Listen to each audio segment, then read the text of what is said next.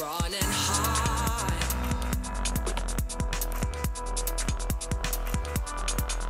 Running high.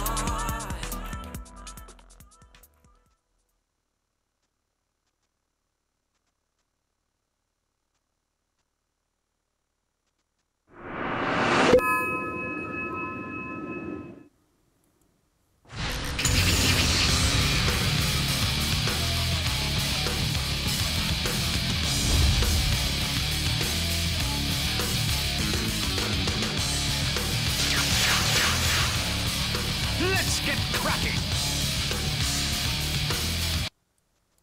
Welcome back, everybody, to Game 3 of Team Liquid versus Cloud9 in the Dota 2 Champions League. We've had one hell of a series so far. Team Liquid facing up against Cloud9, where Cloud9 took the game 1 in a really, really long game. The game 2 was pretty long as well, but Team Liquid, with their carry Tiny TC performing much better in game 2 than he did in game 1, proved to be a strong enough carry to lead Liquid to victory. And now we're going to get into game 3, where these two teams hoping to be able to start out the Dota 2 Champions League right by being able to lead against the opposing teams. I'm going to go ahead and bring in my play-by-play man. It's going to be Ayesee is going to join us for this game 3.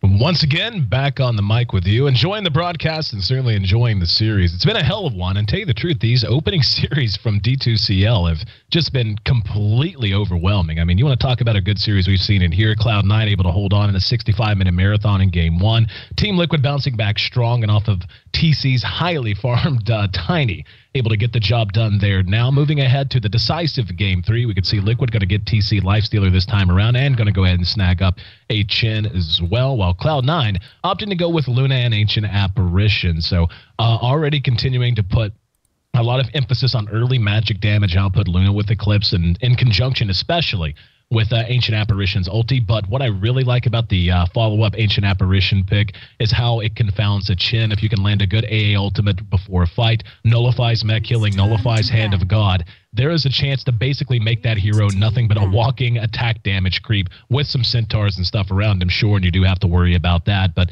the big thing with the Chin in most lineups is the sustain he gives you in a fight, especially whenever you have a Lifestealer as your primary carry, being able to extend a fight so he can rage multiple times instead of just trying to get his work done with one rage.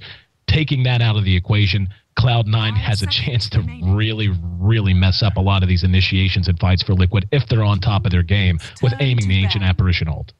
Yeah, Team Liquid already, they have a draft that is going to give them a lot of really early to mid-game and some decent amount of push, but the Luna is already picked up by Cloud9, which gives them a lot better late game. If Lifestealer leads with the gold advantage and he's able to pick up things like an Abyssal AC fairly early on and is able to get on the Luna and pretty much shut her down with those bashes, that's going to be great. However, we know Eternal Envy is exceptional being able to find that farm, and once he has a butterfly, the world becomes a lot harder for Team Liquid. So they don't necessarily have that big physical damage like they did last time to address the Luna. Lifestealer not being able to compete in that department against Tiny was so much.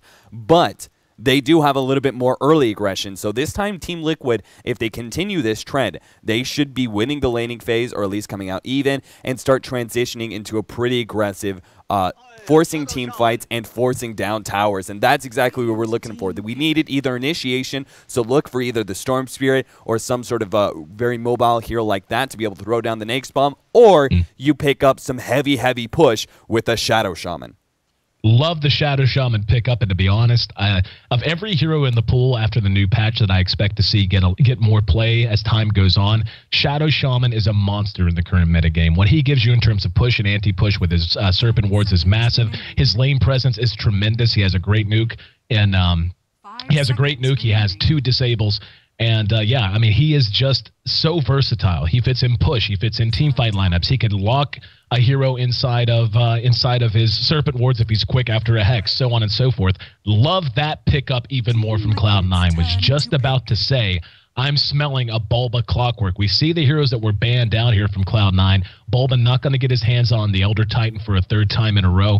Clockwork would have made the most sense there as a method for Lifestealer to get into these fights, just simply hooking the Clockwork in, letting Lifestealer infest out, then dropping the cogs and so on and so forth. That is where I think Liquid was thinking of going. They quickly pick up the Beastmaster on the other side of that, though. But I feel like Cloud9 and taking away that clockwork from Team Liquid, really, really great drafting coming out from them. Yeah, this is something that Beastmaster has been seen a little bit more of a rise, and that's he had a kind of a small buff there with the being able to have extra boars, but it's still the biggest thing about Beastmaster is his ability to initiate for you and be able to provide that single target to lock down that one hero. And Cloud9 pretty much have sort of a 4 protect 1 lineup right now. They do have some pretty strong mid game, but it's just the Luna so far that's going to be outputting most of this damage. Now, we still have yet to see our mid hero, and that could be somewhat of a semi-carry. Something like a Templar Assassin would actually be a decent pickup for them.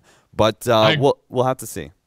I was going to say, I think you're dead on the money. They need damage right now. They have some great ways to account for the Lifestealer, having the cogs to trap him in, having stolen that quack. And, and maybe for all I know, Liquid didn't plan to pick it anyway, or maybe assume they would do it. But either way, having the clockwork on their own team, who can cog in the Lifestealer, having Demonic Purge for Shadow Demon, being able to disrupt a target that's been eaten with open wounds. Love what Cloud9 has done, but they are lacking in pure damage output until Luna gets big, and that's a long time to have to build out against this lineup, especially now with a Tinker, most likely going to be Bulba mid on the Tinker, Koikfa on the Beastmaster, though actually, now that I say that, either of those players can interchange on those heroes, so it's pretty tough to call. I mean, the tri-lane pretty dead set, but the Tinker as well, not only does he add push, but it makes it very difficult for Cloud9 to take fights in a stationary position, and that's all Clockwork really does well, is create a stationary fight, be able to cut fights in half and so on. Now with Tinker's March of the Machines to have to account for, now to have to deal with not only the push that comes out from Shadow Shaman and Chen, but the split push from Tinker once his bots are up. I feel like this is a gorgeous draft out of Team Liquid if they can execute it. Cloud9 most likely looking for a bruiser, someone who can get in and do damage in the early and mid game. That's going to give them some nice fight potential too, but I really feel like Liquid got the best of this draft. Yeah, I'm a little bit hesitant about the Tinker pickup. I thought they were going to go for a little bit more aggression here, and just being able to, especially since they already have such good push. With Chen and Shadow Shaman, they've got a good initiation. With the Beastmaster, I was expecting something that was a little bit more combat-oriented. Now, Tinker can fulfill that. However, he's very, very situational. Most of the time, I feel he's better in slower-paced games, whereas Team Liquid are looking to speed this up as fast as humanly possible with Nake's bombs, with trying to pick off heroes and turn it into towers. Like, they're playing a very fast-paced game where Tinker is a little bit slower. And also questionable about their laning phase. Like, how are they actually going to be able to run this successfully? Because if you put the Tinker mid, it leaves Beastmaster in that off lane, which Beastmaster used to be an old offlane hero, however, was rapidly countered as people picked up on what exactly, like Beastmaster, he does nothing if you shut down the ancient stacks. So he's just a melee hero who has no escape mechanism. Cloud9, though, with the Tinker pickup here, they go for a little bit of a push with the Pugna. Yeah. And this is interesting because now Tinker apparently he's also a good defender, but he's a good defender against creep pushes and not necessarily something like Pugna provides. You can't really shut out a Pugna who just goes in, throws down a blast. It's much more of a siege-oriented push that does a lot of damage very quickly to the tower rather than an all-in creep push that is defeated by March of the Machines. Oh, yeah, and even aside from that, the Nether Ward of Pugna is going to make life very difficult for Koikfa, and it will be Koikfa on the Tinker and not Bulba. And again, those two interchange, and generally speaking, now that once I thought about it, Koikfa has, I want to say I've seen him more on Tinker of the last few months than Bulba. But anyway, the Nether Ward, though, that makes life very difficult for a Tinker who relies on spamming spells. Also makes life hard on a Shadow Shaman who has a pretty damn high mana cost, even at level 1 for his wards. That's a lot of damage he eats from that. A Shadow Shaman is most effective when he can stay alive in fights, get off his full kit, then let everything come off cooldown and do it again to close out a fight. But immediately, Cloud9 on the aggressive. The issue I have with Cloud9's lineup, though, when you look at how much damage can be output by Liquid if they do things right, if they're able to land an Ether Shock and that catches multiple targets, if they're able to get off rockets that connect and a laser that connects, if they are able to get down multiple procs of March of the Machine in a stationary fight, there's so much damage output from Liquid, and they are very squishy on the side of Cloud9. I mean, yes, they will eventually build up some survivability on both the Luna and the Clockwork, but the other three hang on. Speaking of squishy, this is going to be a squishy first blood as way too super dead, and they give it to Sing Sing. So a very well-executed first blood smoke coming out from Cloud9, and yeah, that goes a long way in their bid to make sure they tank up before Liquid can really bring this lineup to bear. That's pretty much perfect because you can't get a faster bottle build than this right here. Picking up a little bit of regen, a couple of stats like it's the normal fast bottle build, and then you pick up first blood, and at the 0-minute mark, you're almost able to pick up your bottle already. So Sing Sing's going to be very, very happy with that one, and that means you have a lot of spam coming the way of Liquid Bulba. The horn blows. Game 3 just about to get underway. We'll run through our lineup, see who's handling who. Beginning with Sing Sing here in mid. The courier going to follow him out of this mid lane with his bottle. It's already waiting right at the very edge. He's going to have Clockwork on the off lane, played by Bone7. It'll be Luna, once again, handled by Eternal Envy, farming up the safe lane. His supporting cast is going to be AUI, playing on the Ancient Apparition, and the Shadow Demon, played by Pylai Dine. At least for the moment, looks like this could be a duo mid look coming out of C9. On the other side of the river, we've got TC heading into the off lane, looking to farm this Lifestealer 1-on-2. It'll be Koikfa farming the safe lane on the Tinker. That's a nice way for him to get a good start. Fluff going to be in the jungle on the Chin with Beastmaster, played by Bulba here in mid, and Shadow Shaman, played by Wei2, who unfortunately gave up that early Force Blood after some very nice movement from C9 before the Horn got going. And the choice to sim Bulba mid here, not tremendously surprising. Tinker should be able to do quite well in that off lane, and so long as Bulba can avoid giving up a death here, I feel like this should come out fairly even for both teams. I mean, the big point of contention is going to be TC at bottom. Can they shut him down any at all? They have the potential to do so. If they can, then Liquid can lose ground quickly. But so far, status quo, probably going to be okay for both sides, at least for a little while. Yeah, right now this is a little bit unfortunate in the laning phase because a lot is going to be going the way of Bone7. I do like the fact that Liquid are prioritizing the Tinker pretty early on and trying to get him that basic amount of farm because neither offlaner that they had available to them, both the Tinker and Beastmaster, depend heavily upon being able to use Ancients. So Cloud9 easily could have countered that. So instead, they put the Lifestealer as this off-lane hero who can do pretty good. We've seen it before, once or twice, where he just uses Rage, and he doesn't have too much Disable to deal with. He's just got the Shadow Demon Disruption, and after that, he just Rage walks away. So realizing that they were going to be able to run the off-lane Lifestealer, their laning phase makes a little bit more sense, but I still have issues with it just because, look at this, Bulba is going to be able to pick up pretty much nothing in this middle lane. He's going to be using axes and boars pretty much for the most part. And Disruption on the TC, no follow-up, though. I was wondering if we were going to see a rotation. Instead, mid getting quite busy as Wei2's made his way down to try to help Bulba. There are 3 there from C9 now as Bone7 showed his face rotating through. We'll see what they want to do with it. Now, there is help in the form of Fluff, who's actually jungling the aggressive side, and AUI might actually spot this. Nope, going to walk on by, and Fluff still getting away with this very aggressive jungling. Now, this could be a big point of surprise. In the meantime, TC open wounds on the Pylai die. No mana for a disruption. This is a big problem, and they are likely to give up a kill here. Oh, what good body blocking out of EE. Is it enough? It is. Great individual effort there to save his buddy. In the meantime, looks like there was a death on Sing Sing in mid. Didn't see it taking place as we were watching the play at bottom. But, yeah, that's kind of what I was talking about, having Fluff in range to come out of the jungle like that, allowing Liquid to walk away with a free one. Yeah, Sing Sing's a squishy enough hero that if you do get caught out by the Shadow Shaman rotating in, and then you have the follow-up Chen as well, it's very, very easy for you to get a pick-off. However, they kind of should have known exactly what was going down with the fact that they no longer see Fluff. It was in his own jungle. He was pretty much blocked out by a lot of those early wards being thrown down by Cloud9. So you should expect that the Chen is going to be in the enemy jungle, especially since he could provide extra assistance to TC, who's being very, very aggressive in this offlane because he only has to deal with pretty easy supports. I mean, even once Ancient Apparition makes his way into this lane, there's still, again, no disable. So they have no kill power as long as TC doesn't overextend himself. Taking a look at the early CS, we can see Tinker's actually on top of the board, and that's a beautiful state of affairs if you're Team Liquid. Getting him an early set of bots that'll be up only in 500 gold already. That's going to allow him to be a much bigger influence on the map much earlier than I think Cloud9 would like to deal with. 19 CS for Luna down in the off lane, or in the safe lane rather, with Sing Sing sitting at 20 right there with him. Bulba is being doubled up at this moment, but the Lifestealer is really the one that's suffering, and this is what I was talking about. Just the threat of any kind of a rotation, able to keep him from really finding farm. And, TC had a great game too, but off to a bit of a slow start here in game 3.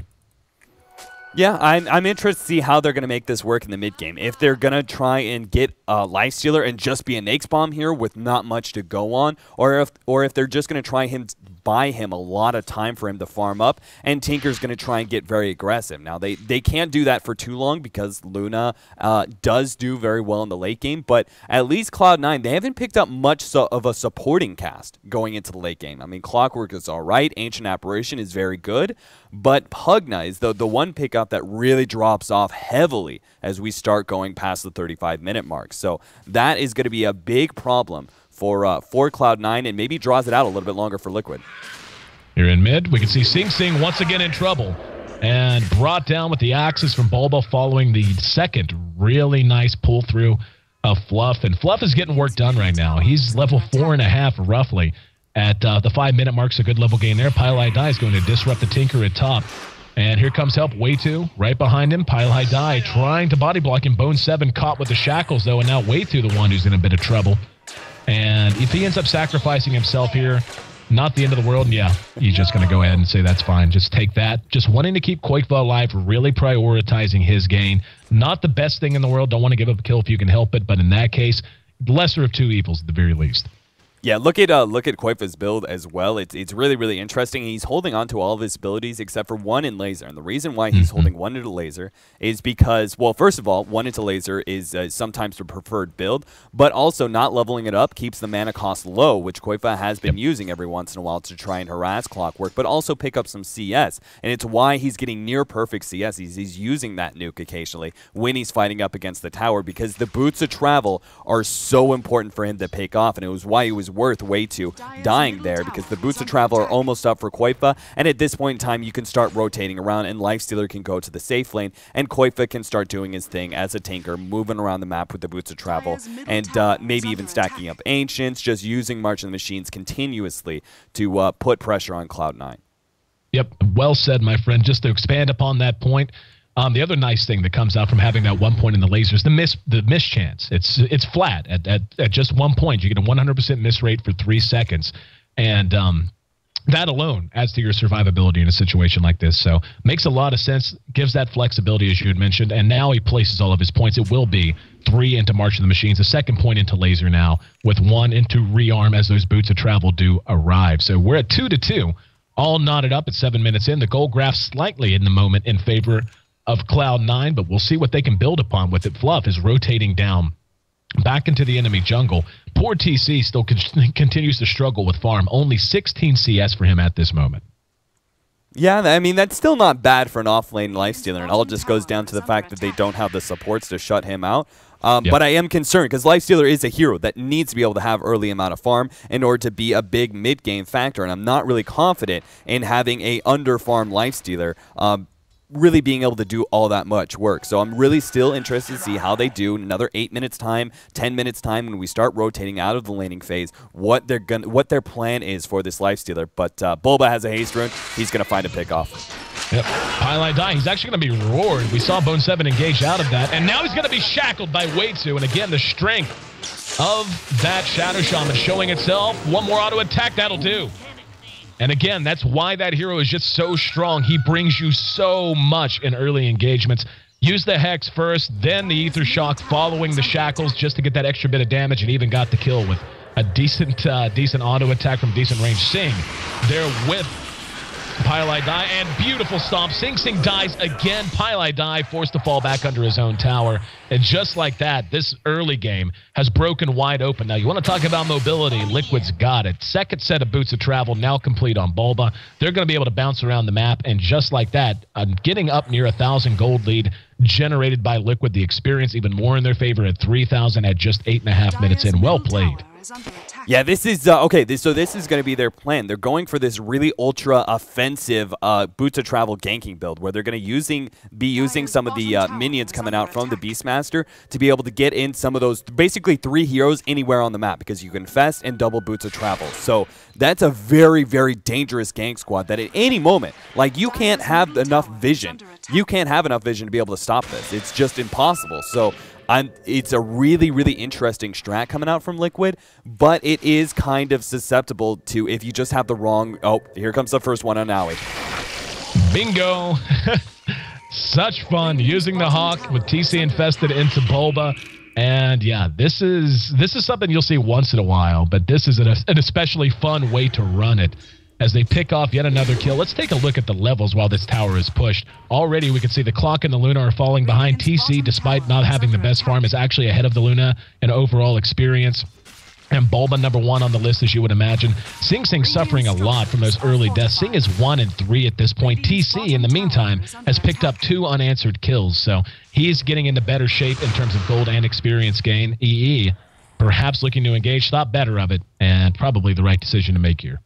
Yeah, honestly, I don't feel good about Cloud9's chances of coming back to this, because not only is this a really interesting strat, but it's one of those strats you have to actually think about what's going to happen and how you're going to counteract it. And it's not one of those practice sort of, oh, we've dealt with this before, let's go ahead and just do our normal routine.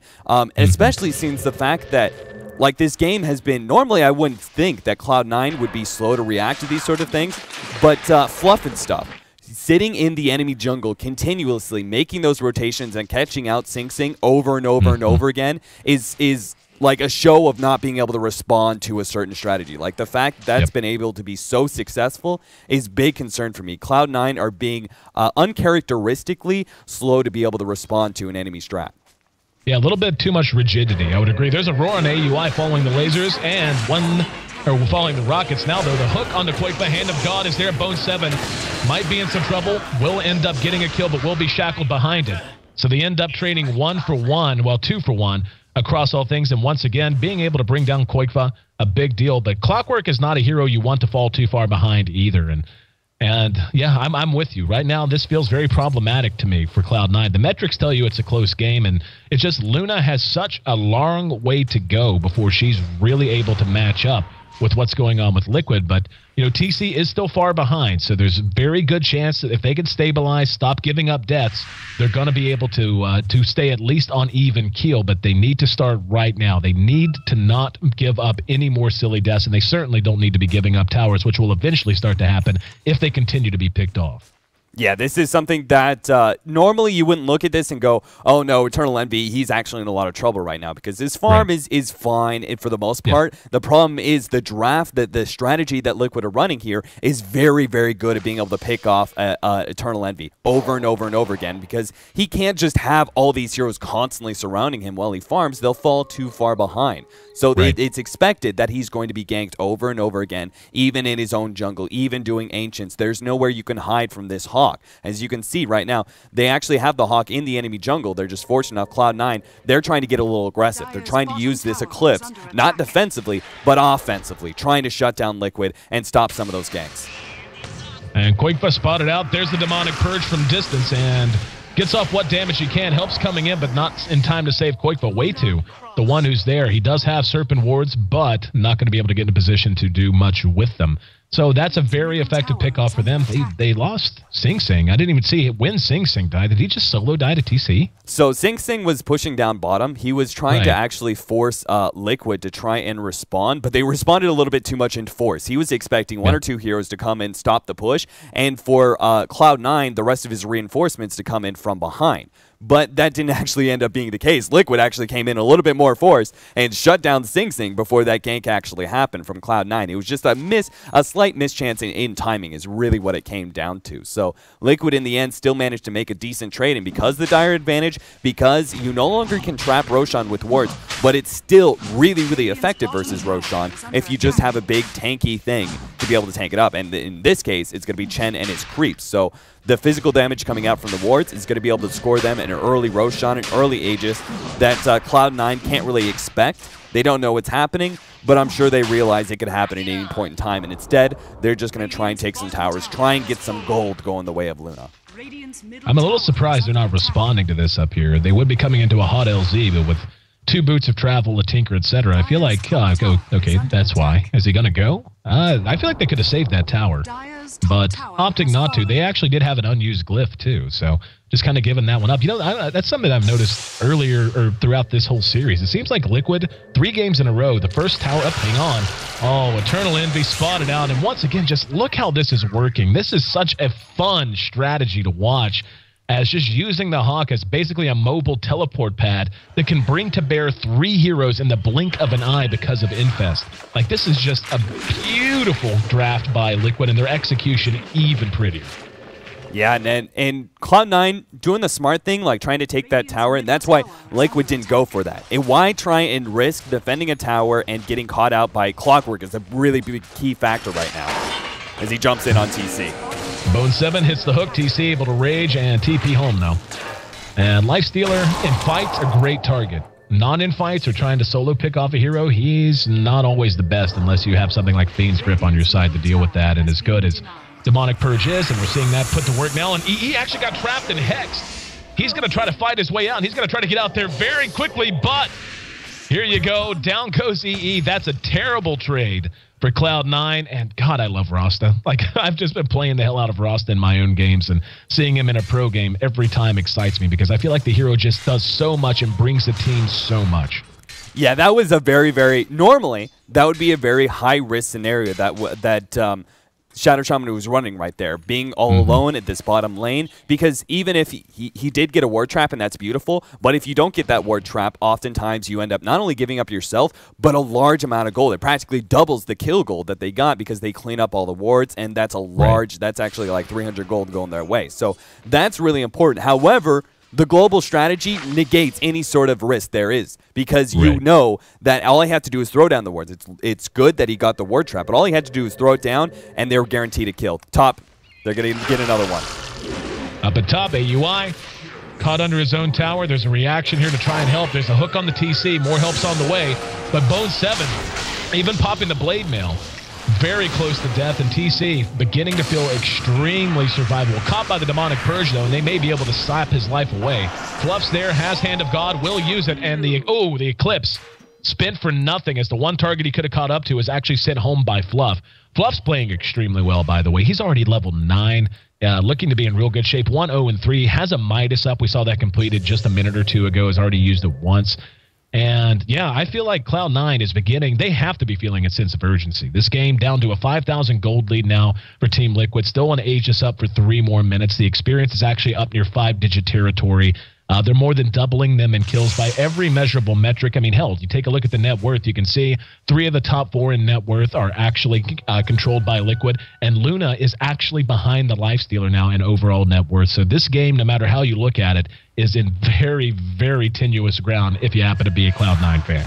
Yeah, there's still the same problems for Liquid when we first originally looked at the draft, which was they still have that good late game Luna, but what if Luna never gets to the late game? What if no matter where she goes to pick up that farm, she's always shut down by this global ganking strategy? And that's the thing. Like, you're spending so much time trying to dress one hero, but Cloud9 don't have anything else for the late game. They don't have anything else that is really all that effective. So as long as they keep Luna from getting BKB, they can continue to shut her down over and over and over again. And even when she does have BKB, they will be at a point with Aghanim Scepter on Beastmaster, TC actually being able to pick up some sort of damage, that they'll be able to just burst her still with physical. And we can see Sing Sing spotted out again. 8 Aurora, it seems, from Bulba. Drops his Nether Ward. And here comes Koikva. Little wishful thinking from him. Hook just a little north, and Koikva barely able to make it out of the way. Now going to use his Soul Ring to teleport home and lick his wounds. But we've got 17 kills in an 18-minute game. Fairly active game so far. But, yeah, I mean, Cloud9, stabilizing's good, but this is just not a composition they're up against that is going to allow you to reliably stabilize. The gank potential's way too high. Chen with the Midas now, even he becomes a bit of a time bomb. He's got 1,500 gold tucked away. We'll see if he wants to get a mech or maybe even a scepter. Wouldn't mind a scepter pick up on him just to give him even more potency. Of course, he does have to contend with the AA ultimate coming out from AUI, but thus far, AUI just has not been an influencing factor whatsoever. Yeah, we see Eternal Envy, they're just kind of guarding him as much as possible, but he's so far away from his next item. This is going to be a long time. Now, Liquid do need to start thinking about trying to take some towers, but they can wait until Way 2 has like an Aghanims practically before they really get that sense of urgency of shutting down towers, just to kind of make sure that Luna doesn't have the chance to come back. Now, even if she does start getting in some of that farm, it doesn't necessarily mean that they can take the late game, because Liquid do have a large, like, despite not having one really good late game carry, like Lifestealer's the best they have, and he didn't have a great start, but they do have a really good, like every single one of those heroes is decent going to the late game, excluding Chen. And Chen even has that send back, which is actually a lot more effective because you're running mass boots of travel. So even he is actually really good in the late game. So they've got enough lockdown for one hero that even if Luna does get into that big carry position, they can easily just keep her locked in, keep her shut down, and the rest of the supporting cast of Cloud9 can do very, very little. But again, it's just running the risk. You don't necessarily want to try and do that late game against the Luna. You just want to try and end this game probably about 35-minute mark. Once that Aghanims is up on Shadow Shaman, I'm sure that's what he's going to be looking at next after his Force Staff. He may think about a Blink Dagger and go mass mobility and just try and go along with the rest of his team, but I think they have enough initiation right now that they don't really need Shadow Shaman to try and build in even more initiation. Instead, just trying to build in a little bit of push and ending this game a little bit faster, I think is going to be the best opportunity for Liquid to have a safe win. Yeah, Scepter, very good pickup. I think BKB actually might be a good pickup on him as well. When you look at the damage output that C9 has for the most part, it is very magic-oriented, at least as of right now and until Luna gets big. Just having something like that up to allow him to stay in these fights, to use his abilities over and over. The amount of lockdown he brings to an engagement is absolutely massive. And just having that to account for Luna when her BKB does come off cooldown, but as of right now, really his options are wide open. They're so far ahead in pretty much every way that they have a lot of paths to victory. It just depends on which way they feel the most comfortable executing. That Aegis is going to expire right now. There it goes. But yeah, Cloud9 looking to make something happen. Way too, maybe a free one here for Bone 7, but nope, spots the chin creeps and realizes, hang on, TC actually got a kill elsewhere on the map. Thought for sure we'd see a fight break out there. Instead, yeah, just kind of bouncing all over the place as they ended up diving this bottom tower. Now they're going to get a tier 2 for free, and really no option for Cloud9 to respond. All the other lanes are a little too pushed out. Maybe they can get a kill here. That's about the best they can hope for. Yeah, man, it's just, it's pretty hard because you have to keep an eye on this Hawk because the gank happens so fast, and unfortunately that Hawk is just such a small little note on the minimap that you really have to keep an eye on him in order to know, in order to see what Team Liquid are going to be going for. But Bone 7 jumps in on Chen. Yep, Fluff in some trouble. Should be a free one for them. And didn't see if Fluff spin his gold. He did. Actually just has that Bark Boots right now, so should be in pretty good shape. What did he have on the way to him? Fluff actually built a Blink Dagger. Now that's fun. Love seeing a Blink Dagger on Chen. Don't see it all the time, but can be very, very effective. Allows you a little bit more survivability. Allows you to lend some survivability to your team with the clutch send backs where you can walk up, send back, blink away, and that kind of thing. But way too getting a little brave. Showing says, yeah, I got a Force Staff. Getting old chest out with him about it. Tier 2, though, should be more than safe here once, yeah, it looks like Cloud9 recognizes that with 2 boots of travel, they're not going to be able to sustain a push right now. Yeah, there was actually, good pickoff with the Shadow Poison. It's actually so important for them to kill the Hawk whenever they see it, because that is the vehicle with which Liquid go around ganking. But Bulba was actually trying to get behind there, that the Hawk was actually ready to sit there, and they were going to go behind the Tier 2 tower and catch out Cloud9 and try and kind of sandwich them in. But unfortunately, the Hawk died. I'm not sure if it timed out and they just couldn't get the teleport out in time or what happened. But they missed what could have been a big opportunity because that would have been a 3v3. And with the gold advantage that they have right now, that is all they need is just even numbers. Cloud9 has to go into any sort of skirmishes with more heroes on the field than Liquid does. And that's really, really tough when you have this global response that Team Liquid has. Absolutely. And you know, just saw the Has pop up the stat on Blink Daggers. I know I've seen it probably 3 or 4 times in professional Dota. And it looks like Tinker's actually going to find... And once again at bottom, another kill that just takes place in the blink of an eye as Koikva and Bulba are able to jump on the target with TC in tow. But, you know, it's 10-1 in professional Dota, but it's like the definition of a luxury item for a Chen. I would say that statistic is a little warped because you're not generally going to see Chens get that item unless they're just so far ahead it practically doesn't matter anymore. Oh, look at Koifa being so cheeky. He's going to take some of these Ancients with Marching Machines, using his Blink Dagger beautifully. Again, it may not be a gank on Luna, but it might as well be because it's shutting down that farm. Look how much he just took there. He just took the vast majority of that, as a matter of fact, and the wards go down at the Tier 2 top, so they're going to be able to push effectively. Here comes the rest of Liquid down through mid. They are just dominating this map, and this is probably going to be a death. Yep, will be a death on Pile Die. There's the roar from distance. There's a clockwork on the low ground. They need to watch that. But one last auto attack enough to bring it down. Here come the chin creeps for another TPN from Koikva. And Bone 7 pops his blade mail. Unable to do anything to save that tier 2 in the meantime. But this is just complete domination down the stretch. We're up to 14,000 gold lead for Team Liquid. Experience is right there with it. But more importantly, look at poor EE. What is the, I mean, he's got a Mask of Madness, a desperation item if ever I've seen one. Has a Yasha as well as drums and treads. Again, I use this term a lot. It just looks like a yard sale. Just a little bit of everything just kind of hanging out. Yeah, Cloud9 seem pretty lost at what to do against this kind of strategy. They just keep on getting picked off. They can't afford to stay grouped too much. They want to be able to push, but it's difficult against a Tinker.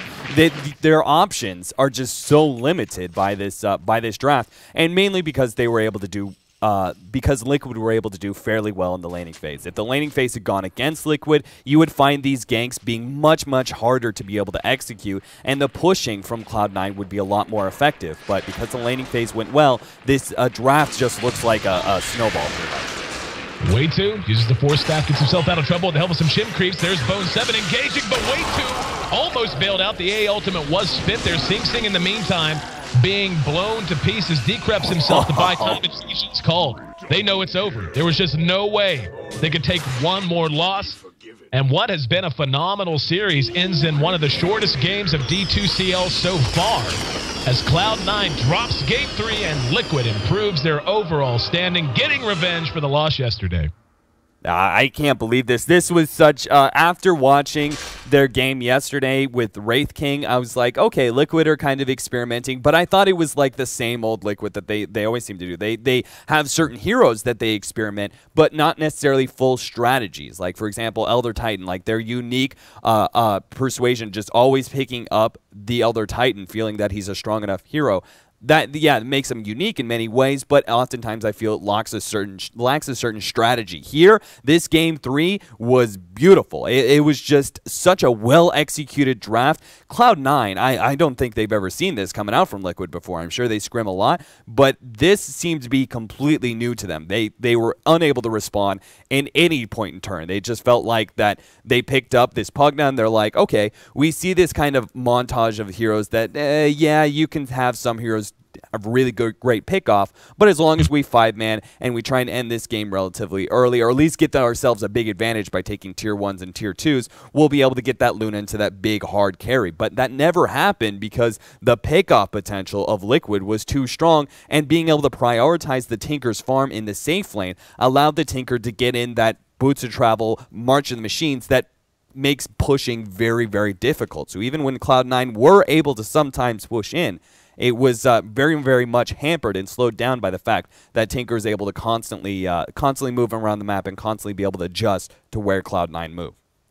Oh, yeah. I mean, when it comes down to it, Liquid just executed in every phase of the game. They gave up a smidge of ground early on, and we saw that Cloud9's efficiency was beginning to go up. But by the time they derailed Luna, Eternal Envy ended up 1-3-3. By the time he was derailed, TC notched a kill or two, made up that ground. By the time TC took the lead in overall net worth, C9 was utterly up against it. They were just going to have to do so much to try and stem the tide, and no surprise, they were unable to do so. And really just standout performances from pretty much everyone. Even Way2 ended up 2-4-2, not the most impressive box score, just a huge influence on things. He was going for that scepter, by the way, when we were bandying about item choices, so he did end up wanting to get the scepter, not that it was even needed. Bulba 3-0-11 on the Beastmaster. Great play from Fluff on the chin as well, and Koikva getting the job done too. Just overall an excellent series, and overall another great day of Dota here on the D2CL. Thank you so much, my friend, for having me on, and thanks to Toby, of course, for letting me fill his shoes for a few days a week, and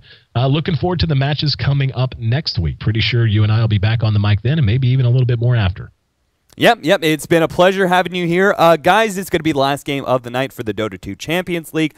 But as always, I got to get that Join Dota spiel out of the way. We do have the MLG TKO going on right now, and I am actually going to be hopping from this studio over to join Toby Wan, who's going to be casting from Studio 1. He's doing the MLG TKO tournament right now, so be sure to go to joindota.com. Check out all the different tournaments that we are running right now. We also have a lot of Join Dota League matches coming up, especially this weekend. We also have Nexon Sponsorship League, which we're going to be covering the finals of. That's going to be on Saturday at 5 in the morning CET time, so that's always a pleasure to be able to cast in. The grand finals should be a lot of fun. That was a very contested matchup between Eye of the Tiger and Zephyr earlier in the winners bracket, and they're going to go once again in the grand finals. So you won't want to miss that. So be sure to just constantly make Join Dota, put it in your bookmark, make it your homepage. That's what I have, just because there's so much games coming up right now. There's so much good Dota going on that you can find all of it over at joindota.com. We are also going to have a big thank you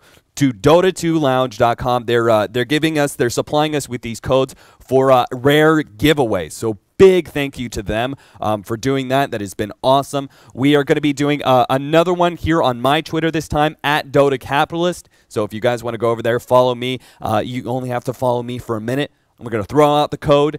Try and grab it. Put it into Dota2Lounge.com/giveaway is where you will find the area to put in the code, and the first one to do so will win 10 free rares. So be sure to go check that out.